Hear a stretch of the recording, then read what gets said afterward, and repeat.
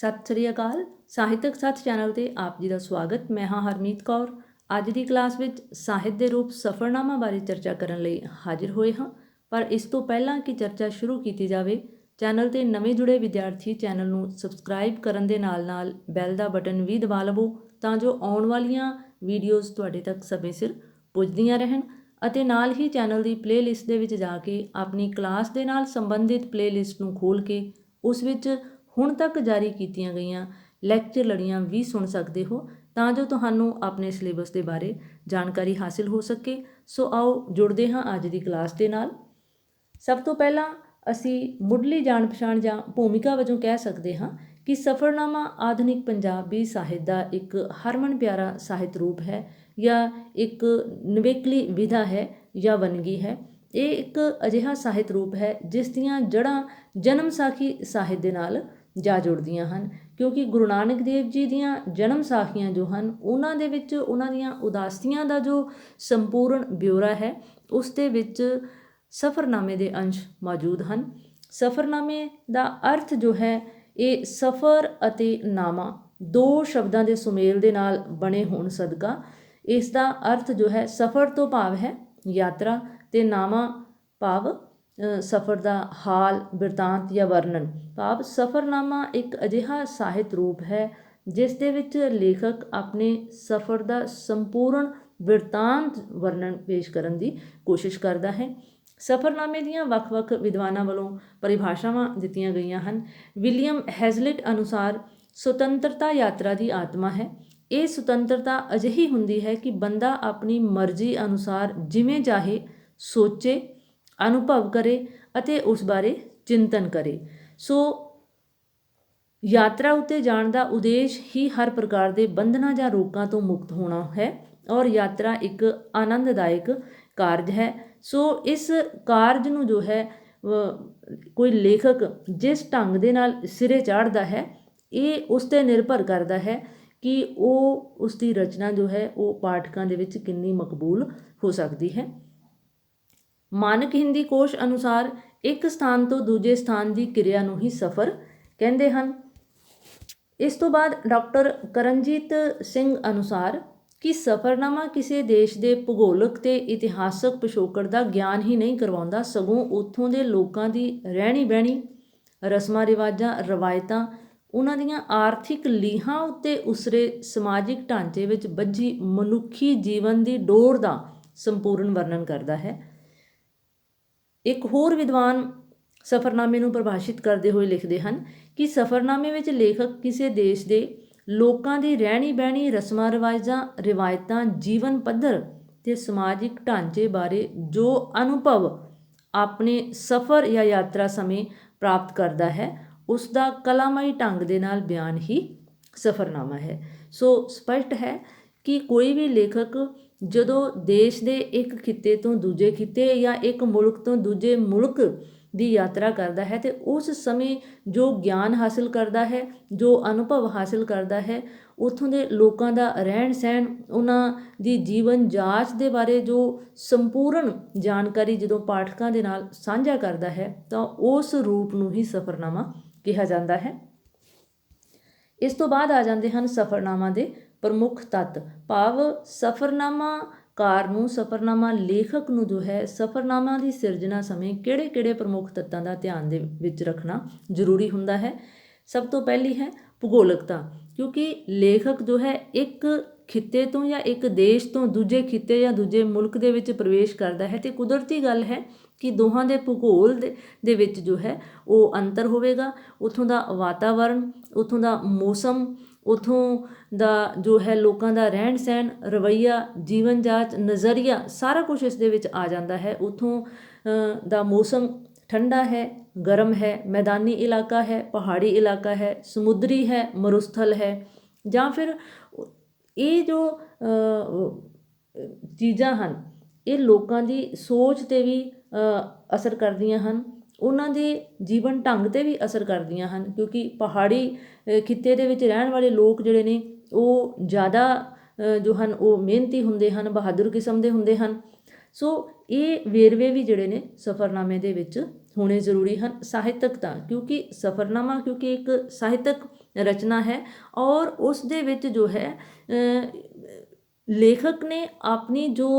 ਉਸਨੇ ਗਿਆਨ ਜੋ ਗ੍ਰਹਿਣ ਕੀਤਾ ਹੈ ਉਸਨੂੰ ਕਲਾਮਈ ਅੰਦਾਜ਼ ਦੇ ਵਿੱਚ ਪੇਸ਼ ਕਰਨਾ ਹੈ ਔਰ ਉਹ ਜੋ ਜੁਗਤਾਂ ਉਸ ਦੇ ਲਈ ਵਰਤਦਾ ਹੈ ਉਹ ਕਿੰਨੀਆਂ ਕੁ ਸਫਲ ਜੁਗਤਾਂ ਦੀ ਚੋਣ ਕਰਦਾ ਹੈ ਜਾਂ ਕਿਸ ਤਰ੍ਹਾਂ ਦੀਆਂ ਜੁਗਤਾਂ ਵਰਤਦਾ ਹੈ, ਉਹ ਵਿਸ਼ਲੇਸ਼ਣਾਤਮਕ ਢੰਗ ਦੇ ਨਾਲ ਜਾਂ ਵਰਣਨਾਤਮਕ ਢੰਗ ਦੇ ਨਾਲ ਜਾਂ ਆਲੋਚਨਾਤਮਕ ਢੰਗ ਦੇ ਨਾਲ ਆਪਣੀ ਜੋ ਹੈ ਰਚਨਾ ਨੂੰ ਸੰਪੂਰਨ ਕਰਦਾ ਹੈ। ਉੱਥੋਂ ਦੇ ਲੋਕਾਂ ਦੇ ਜੀਵਨ ਜਾਤ ਦੇ ਨਾਲ ਉੱਥੋਂ ਦਾ ਜੋ ਆਰਥਿਕ ਢਾਂਚਾ ਹੈ, ਸਮਾਜਿਕ, ਰਾਜਨੀਤਿਕ ਜਾਂ ਧਾਰਮਿਕ, ਜੋ ਉੱਥੋਂ ਦੇ ਸਮੁੱਚੇ ਬਿਆਨ ਨੂੰ ਜੋ ਹੈ ਉਸ ਬੜੇ ਕਲਾਮਈ ਅੰਦਾਜ਼ ਦੇ ਵਿੱਚ ਪੇਸ਼ ਕਰਨ ਦਾ ਨਾਮ ਹੀ ਸਫ਼ਰਨਾਮਾ ਹੈ। ਔਰ ਉਸ ਬਿਆਨ ਦੇ ਵਿੱਚ ਜੋ ਹੈ ਲੇਖਕ ਆਪਣੀ ਰਚਨਾ ਨੂੰ ਦੇ ਵਿੱਚ ਰੋਚਕਤਾ ਦਾ ਰੰਗ ਭਰਨ ਦੇ ਲਈ ਕਿਸ ਤਰ੍ਹਾਂ ਦੀ ਭਾਸ਼ਾ ਸ਼ੈਲੀ ਦੀ ਵਰਤੋਂ ਕਰਦਾ ਹੈ, ਉਹ ਸਰਲ ਹੈ, ਸਪਸ਼ਟ ਹੈ ਔਰ ਲੋਕ ਮੁਹਾਵਰੇ ਵਾਲੀ ਹੈ, ਕਿਸ ਤਰ੍ਹਾਂ ਦੀ ਉਹ ਜੀਵਨ ਜਾਚ ਹੈ ਉਹਨਾਂ ਦੀ, ਇਤਿਹਾਸਕ ਤੱਥਾਂ ਦਾ ਜੋ ਹੈ ਇਤਿਹਾਸਕਤਾ ਬਖਸ਼ਣ ਦੇ ਲਈ ਜੋ ਹੈ ਇਤਿਹਾਸਕ ਪੁੱਟ ਉਹਦੇ ਵਿੱਚ ਪੇਸ਼ ਕਰਨ ਦੇ ਲਈ ਕਿ ਜੋ ਤੱਥ ਹਨ ਉਹਨਾਂ ਦਾ ਵੇਰਵਾ ਸੰਪੂਰਨ ਸਮੇਂ ਅਤੇ ਸਥਾਨ ਦੇ ਨਾਲ ਹਾਸਿਲ ਕਰਵਾ ਰਿਹਾ ਹੈ, ਜਿਸ ਦੇ ਸਦਕਾ ਜੋ ਹੈ ਰਚਨਾ ਦੇ ਵਿੱਚ ਯਥਾਰਥਕ ਜਾਂ ਵਾਸਤਵਿਕ ਰੰਗਨ ਜਿਹੜੀ ਹੈ ਉਹ ਨਜ਼ਰ ਆਏਗੀ, ਜਿਸ ਸਦਕਾ ਉਹ ਰਚਨਾ ਪਾਠਕਾਂ ਦੇ ਮਨਾਂ ਦੇ ਵਿੱਚ ਜੋ ਹੈ ਚਿਰਜੀਵੀ ਹੋ ਜਾਏਗੀ ਜਾਂ ਪ੍ਰਭਾਵਸ਼ਾਲੀ ਰੰਗਣ ਅਖਤਿਆਰ ਕਰ ਜਾਵੇਗੀ, ਜਾਂ ਉਸ ਦੀ ਜੋ ਸ਼ੈਲੀ ਹੈ ਜਿੰਨੀ ਰੋਚਕ ਹੋਵੇਗੀ ਉਨਾ ਹੀ ਪਾਠਕ ਜਿਹੜੇ ਹਨ ਉਹ ਉਸ ਰਚਨਾ ਦੇ ਨਾਲ ਬੱਝ ਜਾਣਗੇ। ਭਾਵ ਪਾਠਕ ਨੂੰ ਰਚਨਾ ਦੇ ਪਾਠ ਦੇ ਦੌਰਾਨ ਜੋ ਹੈ ਇੱਕ ਆਨੰਦ ਦੀ ਅਨੁਭੂਤੀ ਹੋਵੇਗੀ, ਬੜੇ ਨੀਰਸਤਾ ਜਾਂ ਜੋ ਹੈ ਇੱਕ ਕਹਿੰਦੇ ਹਨ ਕਿ ਜਿਵੇਂ ਬੋਰੀਅਤ ਮਹਿਸੂਸ ਨਹੀਂ ਕਰੇਗਾ ਪਾਠਕ। ਸੋ ਜੇਕਰ ਰੋਚਕਤਾ ਦੀ ਘਾਟ ਹੋਵੇਗੀ ਸਫ਼ਰਨਾਮੇ ਦੇ ਵਿੱਚ ਤਾਂ ਕੁਦਰਤੀ ਹੈ ਕਿ ਪਾਠਕ ਅਤੇ ਪੁਸਤਕ ਦਾ ਸੰਬੰਧ ਜਿਹੜਾ ਹੈ ਉਹ ਬੜਾ ਥੋੜ੍ਹ ਚਿਰ ਰਹਿ ਜਾਵੇਗਾ, ਔਰ ਜੇਕਰ ਪੁਸਤਕ ਦੀ ਸ਼ੈਲੀ ਲੇਖਕ ਦੀ ਜਿਹੜੀ ਹੈ ਰੋਚਕ ਹੈ ਤਾਂ ਪਾਠਕ ਅਤੇ ਪੁਸਤਕ ਦਾ ਰਿਸ਼ਤਾ ਜਿਹੜਾ ਹੈ ਉਹ ਚਿਰਜੀਵੀ ਹੋ ਜਾਵੇਗਾ, ਉਹ ਪਾਠਕ ਦੇ ਦਿਲਾਂ 'ਤੇ ਜੋ ਹੈ ਲੰਬੇ ਸਮੇਂ ਤੱਕ ਛਾਈ ਰਵੇਗੀ ਜਾਂ ਦਸਤਕ ਦੇਣ ਦੇ ਵਿੱਚ ਸਫਲ ਹੋ ਜਾਵੇਗੀ। ਔਰ ਇਸ ਤੋਂ ਵੱਡੀ ਗੱਲ ਹੈ ਉਦੇਸ਼, ਕਿਉਂਕਿ ਕੋਈ ਵੀ ਰਚਨਾ ਜਿਹੜੀ ਜਦੋਂ ਅਸੀਂ ਉਸ ਦੀ ਸਿਰਜਣਾ ਕਰਨੇ ਹਾਂ ਤਾਂ ਉਸ ਦਾ ਕੋਈ ਨਾ ਕੋਈ ਮੁੱਖ ਉਦੇਸ਼ ਹੁੰਦਾ ਹੈ, ਕਿਉਂਕਿ ਅੱਜ ਦੇ ਸਾਹਿਤ ਦਾ ਮੁੱਖ ਉਦੇਸ਼ ਹੀ ਜੋ ਹੈ ਕਲਾ ਸਮਾਜ ਦੇ ਲਈ ਹੈ, ਕਿਉਂਕਿ ਸਮਾਜ ਨੂੰ ਸੇਧ ਦੇਣਾ, ਜੋ ਉਹਨਾਂ ਦੇ ਜੀਵਨ ਢੰਗ ਨੂੰ ਜਾਂ ਜੋ ਹੈ ਕਲਿਆਣਕਾਰੀ ਬਣਾਉਣਾ, ਇਹ ਸਫ਼ਰਨਾਮਾ ਦੇ ਲੇਖਕ ਦੇ ਲਈ ਬੇਹੱਦ ਜ਼ਰੂਰੀ ਹੈ। ਔਰ ਇੱਕ ਹੋਰ ਨੁਕਤਾ ਜੋ ਹੈ ਸ਼ਖਸੀਅਤ, ਕਿਉਂਕਿ ਜੇਕਰ ਸਫ਼ਰਨਾਮਾ ਦਾ ਲੇਖਕ ਜੋ ਹੈ ਸਵੈ ਕੇਂਦਰਿਤ ਹੋ ਜਾਵੇਗਾ, ਜੇਕਰ ਸਫ਼ਰਨਾਮੇ ਦੇ ਦੌਰਾਨ ਜਿਹੜੀ ਹੈ ਉਸੇ ਦੀ ਸ਼ਖਸੀਅਤ ਜਿਹੜੀ ਹੈ ਹਾਵੀ ਰਹੇਗੀ, ਭਾਵ ਲੇਖਕ ਜੋ ਹੈ ਆਪਣੇ ਆਪੇ ਨੂੰ ਲੈ ਕੇ ਆਪਣੀਆਂ ਖੂਬੀਆਂ ਨੂੰ ਨਿਰੰਤਰ ਬਿਆਨ ਕਰੇਗਾ ਔਰ ਸਫ਼ਰਨਾਮੇ ਸੰਪੂਰਨ ਸਫ਼ਰਨਾਮੇ ਨੂੰ ਜੋ ਹੈ ਸਵੈ ਕੇਂਦਰਿਤ ਰੱਖੇਗਾ, ਤਾਂ ਉਹ ਸਫ਼ਰਨਾਮਾ ਕਦੇ ਵੀ ਜ਼ਿਆਦਾ ਮਕਬੂਲੀਅਤ ਹਾਸਿਲ ਨਹੀਂ ਕਰ ਸਕਦਾ, ਕਿਉਂਕਿ ਸਫ਼ਰਨਾਮਾ ਦੇ ਵਿੱਚ ਜੋ ਹੈ ਲੇਖਕ ਨੇ ਜਿਸ ਖਿੱਤੇ ਦਾ ਜਾਂ ਦੇਸ਼ ਦਾ ਜਾਂ ਜਿਸ ਮੁਲਕ ਦੀ ਯਾਤਰਾ ਕਰ ਰਿਹਾ ਹੈ ਉੱਥੋਂ ਦੇ ਲੋਕਾਂ ਨੂੰ ਜੋ ਹੈ ਸਫ਼ਰਨਾਮੇ ਦਾ ਕੇਂਦਰ ਬਿੰਦੂ ਬਣਾਉਣਾ ਹੁੰਦਾ ਹੈ। ਉਹਨਾਂ ਲੋਕਾਂ ਦਾ ਸੋਚ ਕਿਸ ਤਰ੍ਹਾਂ ਦੀ ਹੈ, ਉਹਨਾਂ ਦੀ ਰਹਿਣੀ ਬਹਿਣੀ ਕਿਸ ਤਰ੍ਹਾਂ ਦੀ ਹੈ, ਉਹਨਾਂ ਦਾ ਖਾਣ ਪਾਣ ਕਿਸ ਤਰ੍ਹਾਂ ਦੇ ਹੈ, ਉਹਨਾਂ ਦੇ ਰੁਝੇਵੇਂ ਕਿਸ ਤਰ੍ਹਾਂ ਦੇ ਹਨ, ਕਿਹੋ ਜਿਹੇ ਕਾਰੋਬਾਰ ਹਨ, ਕਿਹੋ ਜਿਹੀ ਉਹ ਇਮਾਨਦਾਰੀ ਬਿਰਤੀ ਦੇ ਹਨ, ਝਗੜਾਲੂ ਪ੍ਰਵਿਰਤੀ ਦੇ ਹਨ, ਉਹ ਬਹਾਦਰ ਹਨ, ਕਾਇਰ ਹਨ, ਕਿਸ ਤਰ੍ਹਾਂ ਦੀ ਉਹਨਾਂ ਦੀ ਦੂਜਿਆਂ ਦੇ ਪ੍ਰਤੀ ਜੋ ਹੈ ਸੋਚ ਹੈ, ਕਿ ਉਹ ਸੰਵੇਦਨਸ਼ੀਲ ਹਨ। ਇਹਨਾਂ ਸਾਰੀਆਂ ਗੱਲਾਂ ਦਾ ਸਫ਼ਰਨਾਮਾ ਲੇਖਕ ਨੂੰ ਜੋ ਹੈ ਬੇਹੱਦ ਬਾਰੀਕੀ ਦੇ ਨਾਲ ਵਰਣਨ ਕਰਨਾ ਜ਼ਰੂਰੀ ਹੋ ਜਾਂਦਾ ਹੈ, ਤਾਂ ਜੋ ਉਸ ਦੀ ਰਚਨਾ ਪਾਠਕਾਂ ਦੇ ਦਿਲਾਂ ਦੇ ਉੱਤੇ ਚਿਰਜੀਵੀ ਪ੍ਰਭਾਵ ਪਾਉਣ ਦੇ ਵਿੱਚ ਸਫਲ ਹੋ ਸਕੇ। ਅਤੇ ਇਸ ਤੋਂ ਬਾਅਦ ਅਸੀਂ ਚਰਚਾ ਕਰਾਂਗੇ ਕਿ ਪੰਜਾਬੀ ਸਾਹਿਤ ਦੇ ਵਿੱਚ ਹੁਣ ਤੱਕ ਜੋ ਸਫ਼ਰਨਾਮੇ ਦੀ ਰਚਨਾ ਹੋਈ ਹੈ ਉਹਨਾਂ ਦਾ ਵਰਣਨ, ਕਿਉਂਕਿ ਸਭ ਤੋਂ ਪਹਿਲਾ ਸਫ਼ਰਨਾਮਾ ਜੋ ਪੰਜਾਬੀ ਸਾਹਿਤਕਾਰਾਂ ਦੇ ਦੁਆਰਾ ਜਾਂ ਵਿਦਵਾਨਾਂ ਦੇ ਦੁਆਰਾ ਘੋਸ਼ਿਤ ਕੀਤਾ ਗਿਆ ਸੀ ਉਹ ਸੀ ਲਾਲ ਸਿੰਘ ਕਮਲਾ ਅਕਾਲੀ ਦਾ ਮੇਰਾ ਵਲਾਇਤੀ ਸਫ਼ਰਨਾਮਾ, ਜੋ ਕਿ 1926 ਦੇ ਵਿੱਚ ਪ੍ਰਕਾਸ਼ਿਤ ਹੋਇਆ ਸੀ। ਪਰ ਇਸ ਤੋਂ ਪਹਿਲਾਂ ਵੀ ਇੱਕ ਸਫ਼ਰਨਾਮਾ ਭਾਈ ਕਾਨ੍ਹ ਸਿੰਘ ਨਾਭਾ ਦਾ ਪਹਾੜੀ ਰਿਆਸਤਾਂ ਦਾ ਸਫ਼ਰ, ਜਿਸ ਦੇ ਬਾਰੇ ਡਾਕਟਰ ਰਿਸ਼ਪਾਲ ਕੌਰ ਨਾਂ ਦੀ ਜੋ ਖੋਜਾਰਥੀ ਸੀ, ਉਸਨੇ ਖੋਜ ਕਰਕੇ ਦੱਸਿਆ ਕਿ ਭਾਈ ਕਾਨ੍ਹ ਸਿੰਘ ਨਾਭਾ ਦਾ ਜੋ ਪਹਾੜੀ ਰਿਆਸਤਾਂ ਦਾ ਸਫ਼ਰ ਸੀ ਇਹ 1906 ਅਤੇ ਵਲਾਇਤੀ ਸਫ਼ਰਨਾਮਾ ਉਹਨਾਂ ਦਾ 1907 ਦੇ ਵਿੱਚ ਪ੍ਰਕਾਸ਼ਿਤ ਤਾਂ ਨਹੀਂ ਹੋਇਆ, ਪਰ ਉਹਨਾਂ ਦੀ ਉਸ ਰਚਨਾ ਦੇ ਵਿੱਚ ਸਫ਼ਰਨਾਮਾ ਦੇ ਜੋ ਸਾਰੇ ਤੱਤ ਮੌਜੂਦ ਸਨ। ਇਸ ਲਈ ਅੱਜ ਜੋ ਹੈ ਭਾਈ ਕਾਨ੍ਹ ਸਿੰਘ ਨਾਭਾ ਦੇ ਸਫ਼ਰਨਾਮੇ, ਪਹਾੜੀ ਰਿਆਸਤਾਂ ਦਾ ਸਫ਼ਰ ਅਤੇ ਵਲਾਇਤੀ ਸਫ਼ਰਨਾਮਾ ਨੂੰ ਹੀ ਪੰਜਾਬੀ ਸਫ਼ਰਨਾਮਾ ਸਾਹਿਤ ਦੀ ਪਹਿਲੀ ਵੰਨਗੀ ਮੰਨਿਆ ਜਾਂਦਾ ਹੈ। ਇਸ ਤੋਂ ਬਾਅਦ ਲਾਲ ਸਿੰਘ ਕਮਲਾ ਅਕਾਲੀ ਦਾ ਮੇਰਾ ਵਲਾਇਤੀ ਸਫ਼ਰਨਾਮਾ, ਸੈਲਾਨੀ ਦੇਸ਼ ਭਗਤ ਅਤੇ ਮੇਰਾ ਆਖਰੀ ਸਫ਼ਰਨਾਮਾ ਹਨ। ਇਹਨਾਂ ਸਫ਼ਰਨਾਮਿਆਂ ਦੇ ਵਿੱਚ ਲਾਲ ਸਿੰਘ ਕਮਲਾ ਅਕਾਲੀ ਦੀ ਜਿਹੜੀ ਸ਼ੈਲੀ ਹੈ ਉਹ ਬੜੀ ਵਿਆਖਿਆਤਮਕ ਹੈ ਜਾਂ ਵਰਣਾਤਮਕ ਕਹਿ ਸਕਦੇ ਹਾਂ, ਹਾਸਰਸ ਭਰਪੂਰ ਵੀ ਹੈ, ਕਿਉਂਕਿ ਬੋਲੀ ਜਿਹੜੀ ਹੈ ਉਹਨਾਂ ਦੀ ਬੜੀ ਮੁਹਾਵਰੇਦਾਰ ਅਤੇ ਠੇਠ ਹੈ। ਔਰ ਪ੍ਰੋਫੈਸਰ ਪੂਰਨ ਸਿੰਘ ਅਤੇ ਮਹਿੰਦਰ ਸਿੰਘ ਰੰਧਾਵਾ ਇਹ ਦੋ ਲੇਖਕ ਹਨ ਜਿਨ੍ਹਾਂ ਦੀਆਂ ਜੀਵਨੀਆਂ ਹਨ, ਜ਼ਿੰਦਗੀ ਦੇ ਰਾਹਾਂ 'ਤੇ, ਪ੍ਰੋਫੈਸਰ ਪੂਰਨ ਸਿੰਘ ਦੀ ਅਤੇ ਮਹਿੰਦਰ ਸਿੰਘ ਰੰਧਾਵਾ ਦੀ ਆਪ ਬੀਤੀ, ਪਰ ਇਹਨਾਂ ਦੀਆਂ ਜੀਵਨੀਆਂ ਦੇ ਵਿੱਚ ਵੀ ਸਫ਼ਰਨਾਮਾ ਦੇ ਅੰਸ਼ ਮੌਜੂਦ ਹਨ। ਇਸ ਤੋਂ ਬਾਅਦ ਆ ਜਾਂਦਾ ਹੈ ਹਰਦਤ ਸਿੰਘ ਦਾ ਅਮਰੀਕਾ ਦਾ ਚੱਕਰ। ਇਹ ਇੱਕ ਅਜਿਹਾ ਸਫ਼ਰਨਾਮਾ ਹੈ ਹਰਦਿਤ ਸਿੰਘ ਦਾ, ਜਿਸ ਦੇ ਵਿੱਚ ਉਹਨਾਂ ਨੇ ਆਪਣੀ ਉਚੇਰੀ ਵਿੱਦਿਆ ਨੂੰ, ਉਚੇਰੀ ਸਿੱਖਿਆ ਹਾਸਲ ਕਰਨ ਦੇ ਲਈ ਜਦੋਂ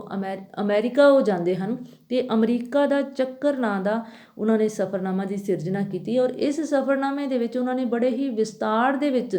ਅਮਰੀਕਾ ਦੀਆਂ ਜੋ ਵਿੱਦਿਅਕ ਅਦਾਰੇ ਸਨ, ਯੂਨੀਵਰਸਿਟੀਜ਼ ਸਨ, ਉੱਥੋਂ ਦੇ ਮਾਹੌਲ ਦੇ ਉੱਤੇ ਚਾਨਣਾ ਪਾਇਆ ਹੈ। ਅਤੇ ਅਮਰੀਕਾ ਵਿੱਚ ਤਲਾਕਾਂ ਦੀ ਜੋ ਸਥਿਤੀ ਹੈ ਜਾਂ ਲੋਕ ਜਿਹੜੇ ਸਨ ਉਹ ਕਿਸ ਤਰ੍ਹਾਂ ਯਾਨੀ ਕਿ ਮਨੀ ਮਾਈਂਡਡ ਸਨ, ਭਾਵ ਪੈਸੇ ਦੇ ਪ੍ਰਤੀ ਉਹਨਾਂ ਦਾ ਰੁਝਾਨ ਜਿਹੜਾ ਸੀ ਉਹ ਕਿੰਨਾ ਸ਼ਿੱਦਤ ਦੇ ਨਾਲ ਸੀ, ਔਰ ਕਿਸ ਤਰ੍ਹਾਂ ਜੋ ਸੀ ਉਹ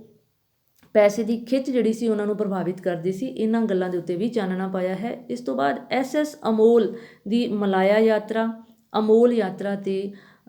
ਯਾਤਰੂ ਦੀ ਡਾਇਰੀ ਨਾਮ ਦੇ ਸਫ਼ਰਨਾਮੇ ਮਿਲਦੇ ਹਨ। ਹੀਰਾ ਸਿੰਘ ਦਰਦ, ਬ੍ਰਿਜ ਭੂਮੀ ਅਤੇ ਮਲਾਇਆ ਦੀ ਯਾਤਰਾ, ਇਸ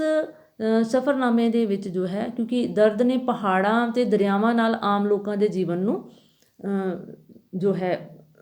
ਭਾਵ ਕਿਉਂਕਿ ਪਹਾੜੀ ਅਤੇ ਜੋ ਦਰਿਆਵੀ ਖਿੱਤਿਆਂ ਦੇ ਵਿੱਚ ਰਹਿਣ ਵਾਲੇ ਜੋ ਲੋਕਾਂ ਦਾ ਜੀਵਨ ਹੈ ਉਸ ਦੇ ਉੱਤੇ ਉਹਨਾਂ ਨੇ ਚਾਨਣਾ ਪਾਇਆ ਹੈ। ਅਤੇ ਮਾਰਕਸਵਾਦੀ ਵਿਚਾਰਧਾਰਾ ਅਨੁਸਾਰ ਮਲਾਇਆ ਵਿੱਚ ਉਹਨਾਂ ਨੇ ਪੂੰਜੀਦਾਰਾਂ ਵੱਲੋਂ ਲੋਕਾਂ ਦੇ ਲਈ ਪੈਦਾ ਕੀਤੀਆਂ ਗਈਆਂ ਆਰਥਿਕ ਔਕੜਾਂ ਦੀ ਵੀ ਪੇਸ਼ਕਾਰੀ ਕੀਤੀ ਹੈ। ਅਤੇ ਸੋਹਣ ਸਿੰਘ ਜੋਸ਼ ਦੀ ਮੇਰੀ ਜੋ ਰੂਸ ਯਾਤਰਾ ਨਾਂ ਦੀ ਪੁਸਤਕ ਹੈ, ਇਸ ਦੇ ਵਿੱਚ ਉਹਨਾਂ ਨੇ ਅਸਲ ਦੇ ਵਿੱਚ ਜੋ ਹੈ ਰੂਸ ਯਾਤਰਾ 'ਤੇ ਜਾਣ ਸਮੇਂ ਕਿਸ ਤਰ੍ਹਾਂ ਜੋ ਹੈ ਇਮੀਗ੍ਰੇਸ਼ਨ ਵਿਭਾਗ ਦੇ ਦੁਆਰਾ ਅਨੇਕ ਪ੍ਰਕਾਰ ਦੀਆਂ ਔਕੜਾਂ ਪੈਦਾ ਕੀਤੀਆਂ ਗਈਆਂ, ਉਸ ਨੂੰ ਵੀ ਇਸ ਸਫ਼ਰਨਾਮੇ ਦੇ ਵਿੱਚ ਉਹਨਾਂ ਨੇ ਅੰਕਿਤ ਕੀਤਾ ਹੈ। ਔਰ ਮੇਰੀ ਰੂਸ ਯਾਤਰਾ ਉਹਨਾਂ ਦਾ ਇਹ ਕਾਫੀ ਪ੍ਰਸਿੱਧ ਸਫ਼ਰਨਾਮਾ ਹੈ। ਇਸ ਤੋਂ ਬਾਅਦ ਆ ਜਾਂਦਾ ਹੈ ਕਰਨਲ ਨਰਿੰਦਰਪਾਲ ਸਿੰਘ ਦਾ ਮੇਰਾ ਰੂਸੀ ਸਫ਼ਰਨਾਮਾ, ਗੰਡਾ ਸਿੰਘ ਦਾ ਕਾਬਲ ਦੀ ਯਾਤਰਾ, ਸ਼ੇਰ ਸਿੰਘ ਦਾ ਪ੍ਰਦੇਸ ਯਾਤਰਾ। ਜੋ ਸ਼ੇਰ ਸਿੰਘ ਦਾ ਪ੍ਰਦੇਸ ਯਾਤਰਾ ਨਾਂ ਦਾ ਜੋ ਸਫ਼ਰਨਾਮਾ ਹੈ, ਇਸ ਦੇ ਵਿੱਚ ਉਹਨਾਂ ਨੇ, ਕਿਉਂਕਿ ਇਸ ਨੂੰ ਚਿੱਠੀਆਂ ਦੇ ਅੰਦਾਜ਼ ਦੇ ਵਿੱਚ ਇਹ ਲਿਖਿਆ ਮਿਲਦਾ ਹੈ ਅਤੇ ਭਾਵੇਂ ਇਸ ਦਾ ਬਿਆਨ ਢੰਗ ਤਾਂ ਸਿੱਧਾ ਹੀ ਹੈ, ਪਰ ਕਿਉਂਕਿ ਇਹ ਚਿੱਠੀਆਂ ਉਹਨਾਂ ਨੇ ਆਪਣੀ ਪਤਨੀ ਦੇ ਨਾਮ ਲਿਖੀਆਂ ਸਨ ਔਰ ਉਹਨਾਂ ਚਿੱਠੀਆਂ ਦੇ ਵਿੱਚ ਉਹਨਾਂ ਨੇ ਵਿਸਤਾਰ ਦੇ ਵਿੱਚ ਉੱਥੋਂ ਦੇ ਲੋਕਾਂ ਦੇ ਜਨ ਜੀਵਨ ਦੇ ਬਾਰੇ ਜੋ ਚਾਨਣਾ ਪਾਇਆ ਸੀ, ਉਹ ਬੜਾ ਹੀ ਰੋਚਕ ਅੰਦਾਜ਼ ਹੈ ਉਹਨਾਂ ਦਾ। ਔਰ ਉਸ ਸਫ਼ਰਨਾਮੇ ਦੇ ਵਿੱਚ, ਭਾਵ ਉਹਨਾਂ ਚਿੱਠੀਆਂ ਦੇ ਵਿੱਚ ਉਹਨਾਂ ਨੇ ਉੱਥੋਂ ਦੇ ਜੋ, ਭਾਵ ਇੰਗਲੈਂਡ ਦੇ ਜੋ ਸਕੂਲ ਸਨ ਜਾਂ ਕਾਲਜ ਸਨ ਜਾਂ ਉੱਥੋਂ ਦੇ ਹੋਟਲ, ਕਲੱਬ ਜਾਂ ਉੱਥੋਂ ਦੇ ਆਮ ਬਾਜ਼ਾਰ ਜਾਂ ਪਾਰਕ, ਭਾਵ ਉੱਥੋਂ ਦੇ ਕੁਦਰਤੀ ਨਜ਼ਾਰਿਆਂ ਦਾ ਉਹਨਾਂ ਨੇ ਬੜੀ ਭਰਪੂਰਤਾ ਦੇ ਨਾਲ ਵਰਣਨ ਕੀਤਾ ਹੈ। ਇਸ ਤੋਂ ਬਾਅਦ ਬਲਰਾਜ ਸਾਹਨੀ ਦਾ ਮੇਰਾ ਪਾਕਿਸਤਾਨੀ ਸਫ਼ਰਨਾਮਾ ਅਤੇ ਮੇਰਾ ਰੂਸੀ ਸਫ਼ਰਨਾਮਾ ਜੋ ਹਨ, ਇਹ ਵੀ ਬੇਹੱਦ ਮਕਬੂਲ ਰਚਨਾਵਾਂ ਹਨ ਪੰਜਾਬੀ ਸਫ਼ਰਨਾਮਾ ਸਾਹਿਤ ਦੇ ਵਿੱਚ। ਅਤੇ ਬਲਵੰਤ ਗਾਰਗੀ ਦਾ ਪਤਾਲ ਦੀ ਧਰਤੀ, ਗੁਰਬਖਸ਼ ਸਿੰਘ ਪ੍ਰੀਤਲੜੀ ਦਾ ਇੱਕ ਝਾਤ ਪੂਰਬ ਪੱਛਮ। ਇਸ ਤੋਂ ਅਲੱਗਾ ਵੀ ਬਹੁਤ ਸਾਰੇ ਸਫ਼ਰਨਾਮੇ ਪੰਜਾਬੀ ਸਾਹਿਤ ਦੇ ਵਿੱਚ ਰਚੇ ਗਏ ਹਨ। ਔਰ ਜੇਕਰ ਉਹਨਾਂ ਸੰਪੂਰਨ ਸਫ਼ਰਨਾਮਿਆਂ ਦੇ ਬਾਰੇ ਅਸੀਂ ਚਰਚਾ ਕਰਨ ਲੱਗੀਏ ਤਾਂ ਇਹ ਵੀਡੀਓ ਜੋ ਹੈ ਉਹ ਖਾਸੀ ਲੰਬੀ ਹੋ ਜਾਵੇਗੀ। ਸੋ ਇਹਨਾਂ ਸੰਪੂਰਨ ਸਫ਼ਰਨਾਮਿਆਂ ਦੇ ਬਾਰੇ ਅਸੀਂ ਜੋ ਇੱਕ ਅਲੱਗ ਪਲੇਲਿਸਟ ਬਣਾਈ ਹੈ UGC ਜਾਂ ਨੈਟ ਦੀ ਤਿਆਰੀ ਕਰ ਰਹੇ ਵਿਦਿਆਰਥੀਆਂ ਦੇ ਲਈ ਉਹਨਾਂ ਦੇ ਲਈ ਅਸੀਂ ਸਪੈਸ਼ਲ ਇੱਕ ਸਫ਼ਰਨਾਮਾ ਸਾਹਿਤ ਦੇ ਵਿੱਚ ਜਿੰਨੇ ਵੀ ਹੁਣ ਤੱਕ ਪੰਜਾਬੀ ਸਫ਼ਰਨਾਮੇ ਲਿਖੇ ਗਏ ਹਨ ਉਹਨਾਂ ਦੀ ਇੱਕ ਸਪੈਸ਼ਲ ਵੀਡੀਓ ਬਣਾ ਕੇ ਐਡ ਕਰਾਂਗੇ। ਔਰ